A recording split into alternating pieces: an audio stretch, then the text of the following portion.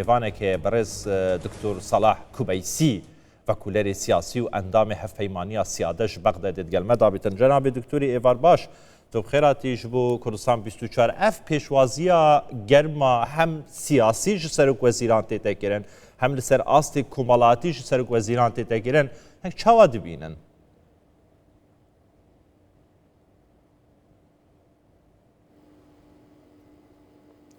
نعم بداية تحية طيبة لكم أخي پێشەکی سڵاو لە بەڕێستان لە بینەرانی کوردستان 24 جێگەی دڵخۆشیە وەڕاستی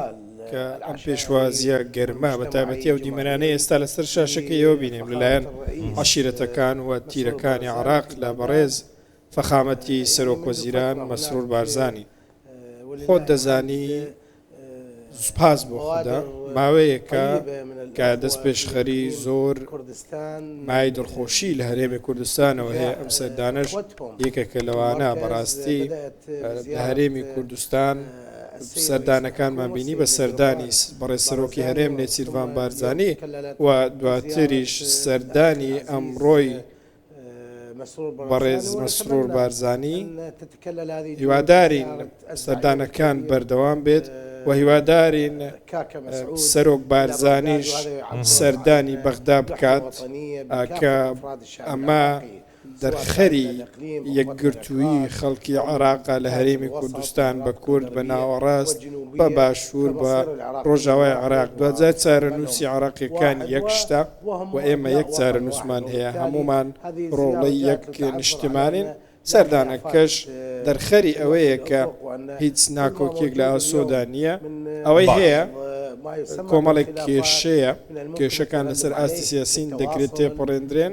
لە ڕێگەی پەیوەندی بەستن گفتوگۆ دیالۆگ و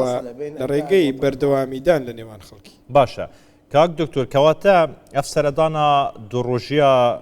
سەرۆک وەزیر مەسرور بارزانیش بۆ بەغدای و ئەنجامدانە ئەف هەموو کۆمبۆن و هەفدیتنە ئەوە دەبیتە بنەمایەکە باش ئەساسێکە باش ji bo çareserkirina wan hemî kêşeyên ku di navbera Hewlêr û Bexdayê hene yan jî vekirina wan hemû girên kûreyên asiyên di navbera Hewlêr û Bexdayê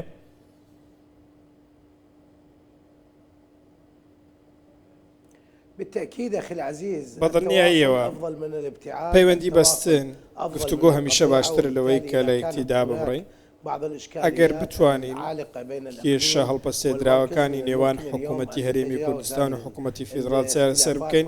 دەتوانین تەواوی بربەستەکان تێپەڕێنین بەڕاستیش ئەو کێشانەی هەن زۆر سادە و ساکارن هیچیان ناگەنە ئەو ئاستەی کە کێشەی گەورە دروست بێ بەڵکو تەنیا ڕازیاییە لەسەر هەندێک بابەت کۆمەڵێک شت هەن بۆ نمونە یاسای نەوت و گاز یاسای یاخود مادەی ١40 پرسی موچەی موچەخۆرانی هەرێمی کوردستان کە پێوەستە بە بژێوی خەڵک ئەمە یەکێکە لەو تەوەرانەی کە دەبێت پێش هەموو شتێک چارەسەر بکرێت دوجار هەمومان عێراقین هەموو کەسێک لە عێراق شایستەی ئەوەیە بە کەرامەتەوە بژیت سەرباری ئەوەش کۆمەڵێک شتن ئێمە ڕەتی دەکەینەوە وەکو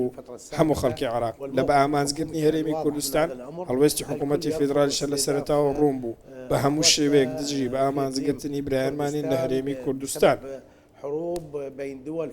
جا بە ئامانزگرتنەکە بەهۆی جەنگی ناوچەکە بێت یان هەر شتێکی دیکە بێتەوە بابەتێکی ڕەتکراوەیە سەرلەبەری سەرکردە سیاسیەکان حکوومەت ئەمەیان ڕەت کردوتەوە ئاسایش و سەقامگیری هەرێمی کوردستان ئاسایشی عێراق باشە کاک دکتۆر ئەو نیەت پاقژیە سەرۆک وەزیر مەسرور بارزانیەک چاوە هەڵدەسەنگێنن یعنی بێژن پشتی 2003 پشتی نەمانە ڕژێما سەدامی ژووی دەمی حتا نەها بەردەوام عێراق یا مژن حکوومەتە فەدرال کێشەیان ji bo herêma Kurdistanê dروست diketin. Bi nema yan bijin maddeyên destûrî pêşel diketin ew destûrê ku zorîneya xelkê Iraqê û herêma Kurdistanê deng pê day. Hokar çi ye ku ev hemî kêşan bo herêma Kurdistanê dروست dikin? Destûr wekû xwe nayete çareserkirin. Serkirdeyên siyasiyên Iraqê bi xwe dibêjin eger herêma Kurdistanê bihêz bîtin wî demê Iraq jî dê bihêzkevîtin. Yani boçî ev kêşe nayên çareserkirin. Yani ji boçî چارەسەری ji بۆ وان کێشانە نایەتەکردن. يعني بداية بەر لە هەموو شتێک دەمەوێت بڵێم ئەو پێشکەشکردنی ئەو بڕنەوە بە فەخامەتی سەرۆکوەزیران مەسرور بارزانی پەیامی یەکچارە نووسیشی تێدایە، پەیامی ئەو متمانەی تێدایە کە متمانەیەکی ڕەها هەیە لە نێوان عراقیەکان. ئەوان دەڵێن ئەمە چەکی ئێمە بۆ تۆ دڵنیاین تۆ بەرگری لە ئێمەش دەکەی مافی ئێمەش دەپارێزی. ئەمە ئەو پەیامەیە کەواتە یەک هەڵوێستیەک هەیە لە پێدانی دیارەکە بە جەنابی سەرۆکوەزیران بەو پەیامەی کە ئێمە هەمومان عراقین لە ناو یەک بەلەمداین، نابێ هیچ کێشەیە بگات ئەوەی کە ئێمە ڕوبەڕوو یەکتری بینەوە. ئەوەی تریش کە هەیە شتێکی سروشتیە، تۆ لە نێو یەک ماڵباتدا خەڵک جیاوازی هەیە، ناکۆکی هەردەبێ بێگومان وا کێشەی بچووک هەردەبێت لە نێوان هەرێمی کوردستان و حکوومەتی فیدرالی. بەڵام وەکو خێزان وەکو بەڵاستی وەکو بنەماڵی بارزانیش من ئەو شایەتێ دەدەم کە ئەوان توانیویانە لە مێژوو خۆیان بسەلمێنن و توان کێشەکان تێپەڕێنن، هاوکار بن لە بابەتە ئەوان دانان لە مامەڵەکردن لە بابەتەوە. خەڵکێکی داناش لە حکوومەتی فیدرالی هەیە بە هەمان شێوە بۆی مامەڵە بکات. ئێمە لە قۆناغێک داین تیرۆرمان تێپەڕاندووە، ئاستەنگە پرسیدارەکانمان تێپەڕاندووە. ئەمڕۆ پێویستمان بەچیە؟ پێویستمان بەوەیە کە کێشەکانیش تێپەڕێنین، چارەسەریان بکەین و ئەو ئاڵنگاریانەش نەمێنن کە ڕێگر بوون لە بەرامبەر یەک هەڵوێستی حکوومەتی فیدرال و حکوومەتی هەرێمی کوردستان و پشت بە خوددا ئەوەش تێدەپەڕێندرێ. بڕیارێکی هاوبەش دەبێت، یەک ڕامان دەبێت لە نێوان هەردوو حکوومەتی فیدرال و حکوومەتی هەرێمی کوردستان. زۆر باشە کاک دکتۆر، دەستخۆش ینی شروعەیەکە جوان تەژ بۆیە دیاری کرا و دیارە و پێشکەشی سەرۆکوەزیر مەسرور بارزانی هاتێکردن و مەبەستەوان بووە و سەرۆکوەزیران نەکتنێ خەڵکی هەرێما کوردستانی خەڵکی عێراقیش بپارێزیتن. ئیتر هەمیشە ئەوە پەیاما سەرۆکوەزیران بووە، جەنابێ سەرۆک بارزانیژی بووە و هیچ جیاوازیەک دنابەرە هیچ پێکهاتەیەکی نییە لە هەرێما کوردستانیژی بە هەمان ئاوای. ئەنی سەرۆک بارزانی گەلە جادەبێژیتن و پێکڤەژیانە نەتەوەیی، پێکڤەژیانە ئاینی لە هەرێما کوردستانی خەتا سوورە. کاک دکتۆر، کەواتە ینی چارەسەرکردنا ناکۆکیان خلافاتان دنابەرە هەولێر و بەغدایە باشبوونا پەیوەندیان ینی تنێ د خزمەتە عێراقیدا نییە، ینی بەبوورە تنێ د خزمەتە هەرێما کوردستانیدا نییە، خزمەتە عێراقیژی دێتەکردن vەیەکێ.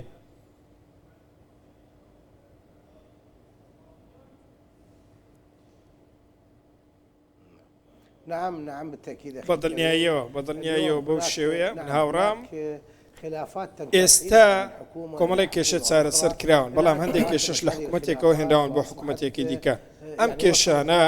گەیشتونەتە قۆناغی کە ئیدی دەبێت چارەسەر بکرێن، چارەسەری دیکە نییە.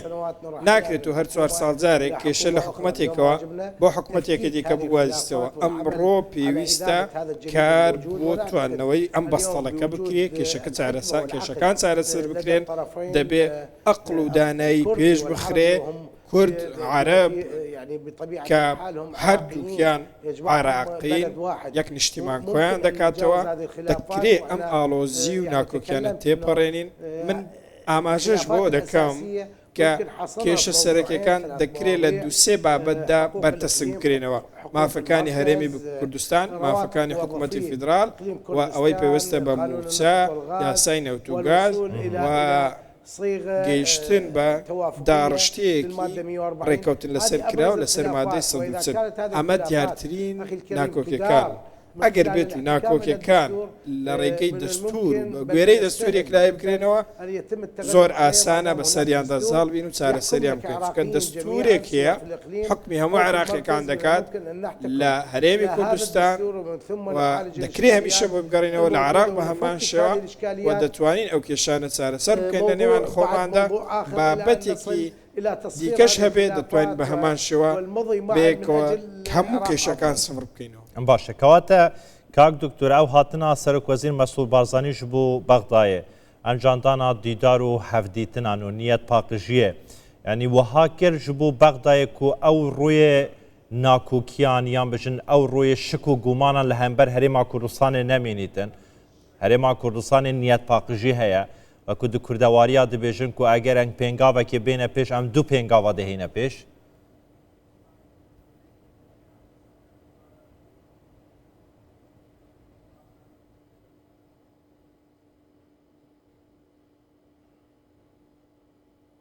يعني من منا لديه شك بحسن النوايا کاممان گومانی لە نیازپاکی هەرێمی کوردستان هەیە بەڕاستی پێم وایە ئەم بابەت تێکلایی بووتەوە تەنیا ئەو کەسانەی کە گرە و لەسەر پرتەوازەکردنی عراق دەکەن گرە و لەسەر ئەوە دەکەن و فتنەی ئەوە شتێک دەنێنەوە کە هەرێمی کوردستان نیازپاک نییە